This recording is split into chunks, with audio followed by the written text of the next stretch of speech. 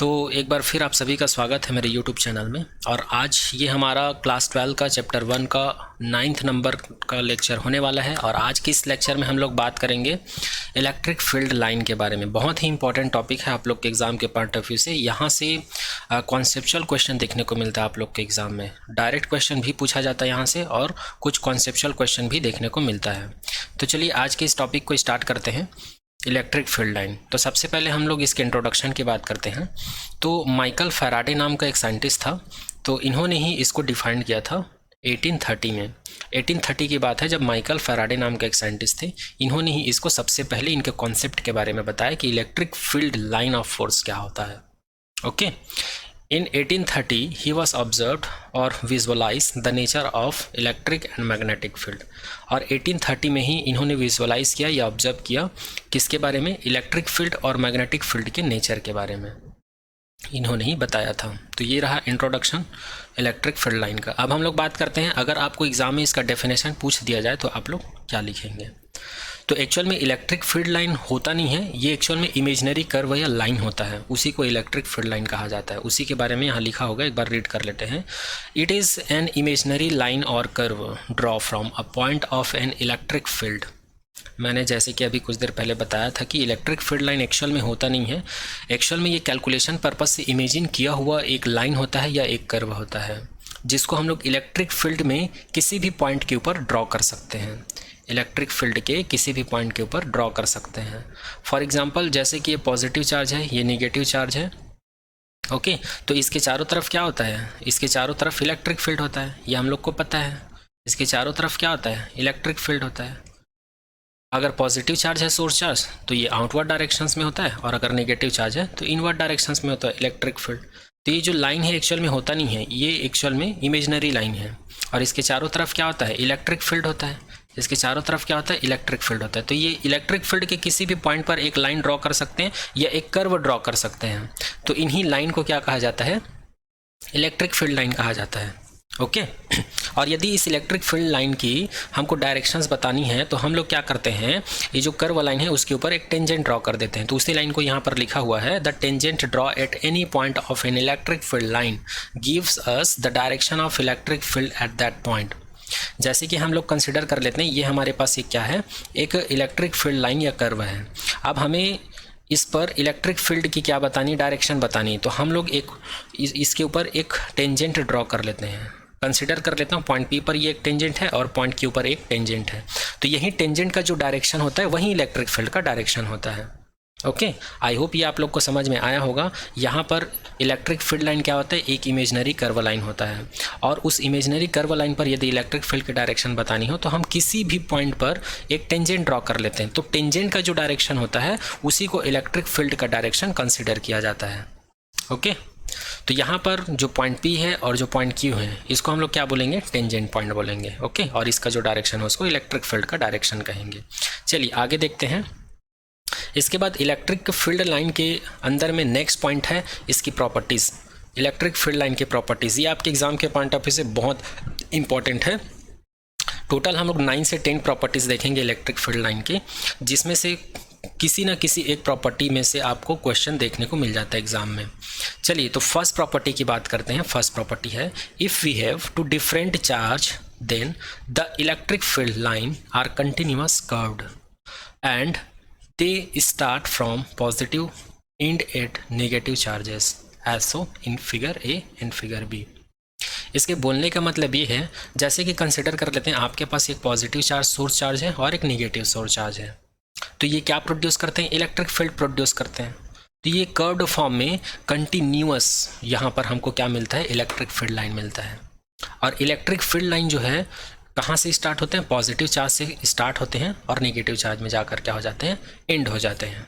Okay, तो इसी को यहाँ पर दिखाया गया है। जैसे कि यहाँ पर हम लोग कंसिडर कर लेते हैं पॉजिटिव नेगेटिव, पॉजिटिव से नेगेटिव की ओर जा रहे हैं। तो यहाँ पर जो एरो का निशान है ये हमको ये दिखा रहा है कि इलेक्ट्रिक फील्ड लाइन का डायरेक्शन किधर से किधर है, positive to negative.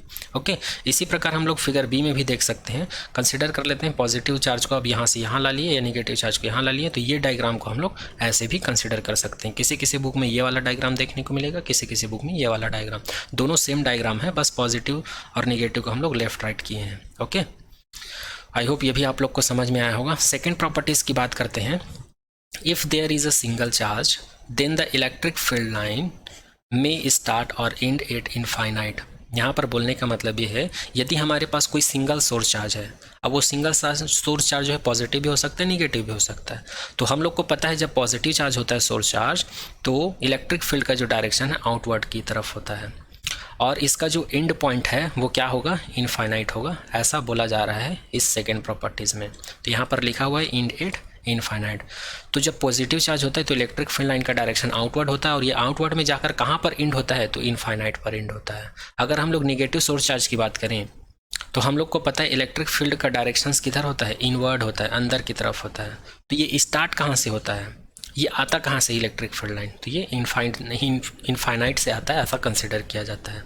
Okay, I hope second property भी आप लोग को समझ में आया होगा। नेक्स्ट प्रॉपर्टीज़ की बात करते हैं। नेक्स्ट प्रॉपर्टी यहाँ पर लिखा हुआ है, tangent to the electric field line at any point gives the direction of electric field और इलेक्ट्रिक फील्ड इंटेंसिटी। ये तो हम लोग पहले ही देख चुके हैं डेफिनेशन में।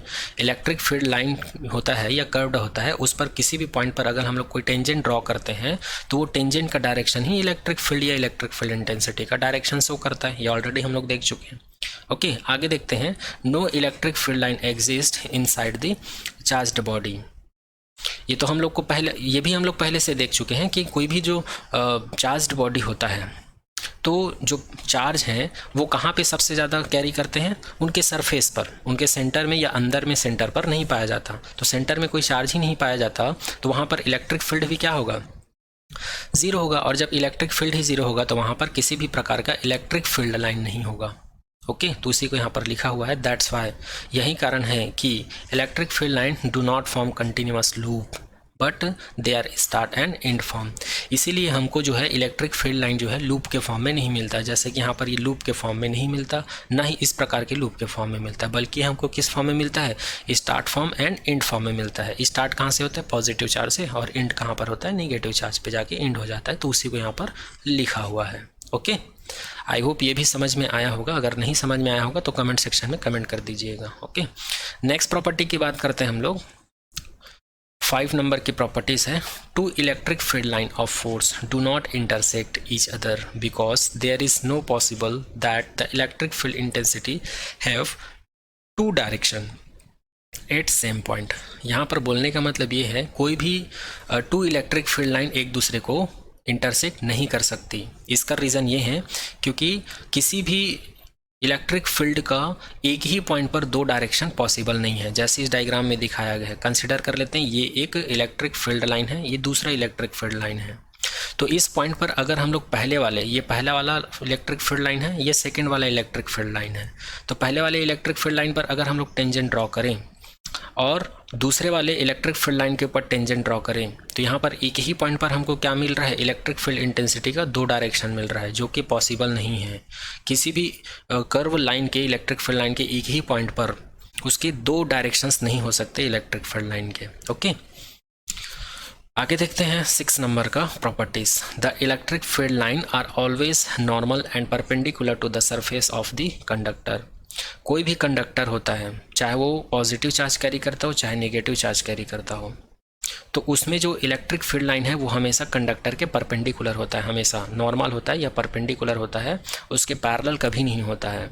और इस चीज़ को आप लोग इस वाले डायग्राम के थ्रू देख सकते हैं, यहाँ से भी देख सकते हैं। ये पॉजिटिव वाला मटेरियल वाला कंडक्टर, ये नेगेटिव मटेरियल वाला कंडक्टर है। अगर आपका कंडक्टर जो है पॉजिटिव चार्ज कैरी करता है तो यहाँ पर जो इलेक्ट्रिक फील्ड का डायरेक्शन है वो आउटवर्ड ऑफ द बॉडी होगी, और अगर नेगेटिव चार्ज कैरी करता है कंडक्टर तो इलेक्ट्रिक फील्ड का डायरेक्शन जो है inward of the electric negative charges होगी। ओके, एक चीज़ नोट करने वाली बात है यहाँ पर, इम्पॉर्टेंट है, there is no component of electric field intensity parallel to the surface. कोई भी कंडक्टर सरफेस होता है उसके पैरेलल में किसी भी प्रकार की इलेक्ट्रिक फील्ड इंटेंसिटी नहीं पाई जाती, या इलेक्ट्रिक फील्ड इंटेंसिटी का कोई भी कंपोनेंट नहीं पाया जाता। इस चीज़ को याद रखिएगा। आगे बात करते हैं 7 नंबर में। For uniform electric field the electric field line are linear and equidistance and parallel. जो यूनिफॉर्म इलेक्ट्रिक फील्ड होता है उसका जो इलेक्ट्रिक फील्ड लाइन है वो लीनियर होता है, मतलब रेखीय होता है। सरल होता है, एक लाइन में होता है। इक्वी डिस्टेंस का मतलब दो या दो से अधिक जो इलेक्ट्रिक फील्ड लाइन होता है उनके बीच का डिस्टेंस सेम सेम होता है, अलग अलग नहीं होता है, और ये सभी एक दूसरे के पैरेलल होते हैं। तो यहाँ पर तीन चीज़ बोला हूँ, लीनियर, इक्वी डिस्टेंस और पैरेलल। लीनियर का मतलब ये आप लोग देख सकते हैं, ये एक लाइन है। इक्वी डिस्टेंस का मतलब इनके बीच का डिस्टेंस देखो, इनके बीच का डिस्टेंस देखो, इनके बीच का डिस्टेंस देखो, तो ये डिस्टेंस जो है सेम सेम डिस्टेंस है। और पैरेलल की बात करते हैं तो ये लाइन जो है इसके पैरेलल है, ये लाइन जो है इसके पैरेलल है, और ये लाइन जो है इसके पैरेलल, तो ये एक दूसरे के पैरेलल है। और ये यूनिफॉर्म इलेक्ट्रिक फील्ड है, दैट मीन्स यहाँ पर पॉइंट P है, यहाँ पर पॉइंट Q है। जितना इफेक्ट यहाँ पर होगा इस पॉइंट पर इलेक्ट्रिक फील्ड का, उतना ही इफेक्ट यहाँ भी होगा। मतलब पॉइंट P पर जो इलेक्ट्रिक फील्ड इंटेंसिटी होगा और पॉइंट Q पर जो इलेक्ट्रिक फील्ड इंटेंसिटी होगा, दोनों ही क्या होंगे, इक्वल होंगे।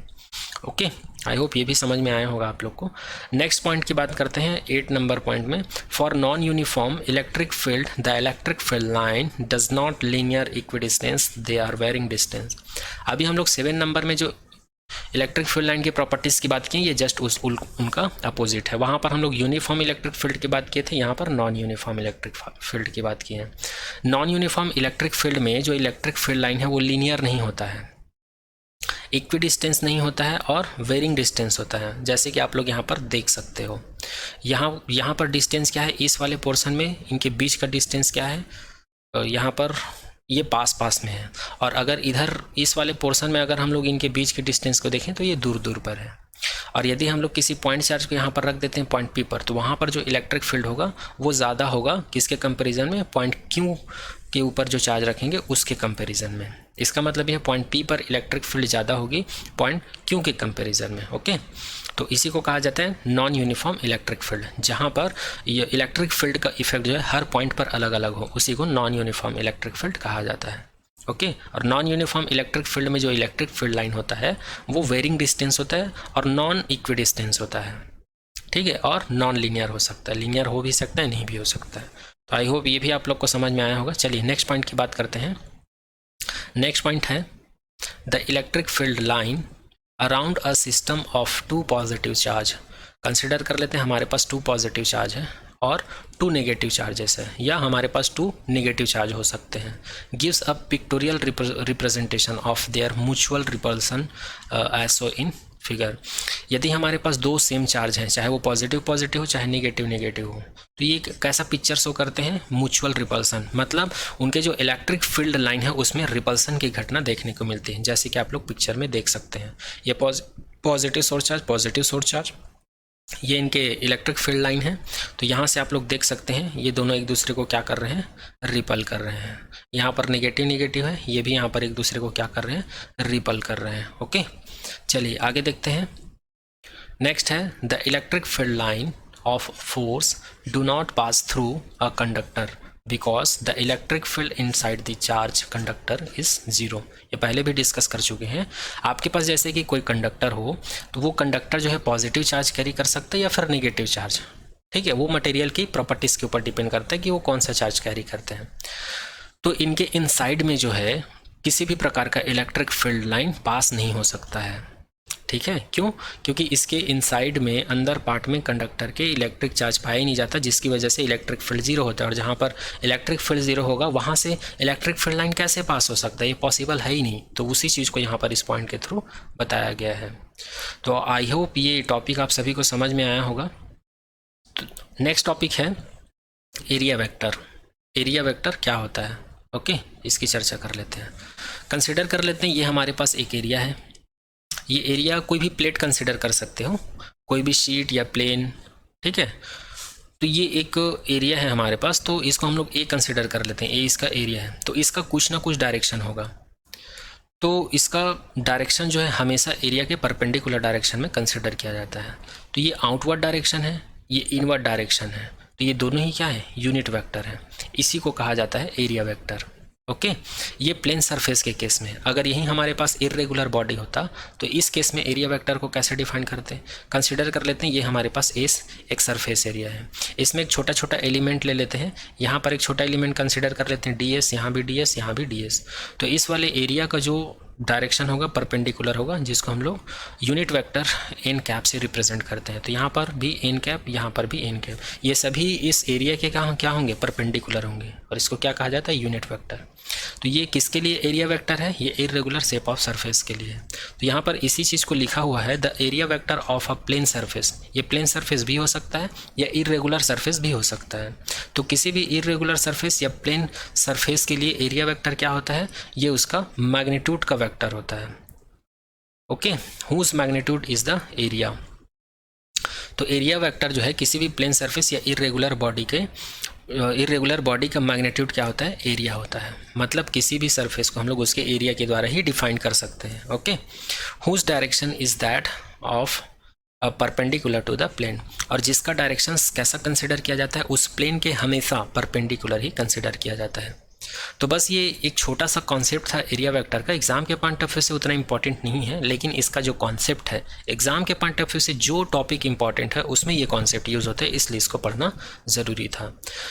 तो इसमें केवल दो ही चीज़ याद रखनी है, कोई भी मटेरियल होता है तो उसके पास कुछ ना कुछ एरिया होगा, तो वो कुछ ना कुछ एरिया होगा तो उसको किसके द्वारा डिफाइन करेंगे, उसके मैग्नीट्यूड को एरिया से ही डिफाइन करेंगे।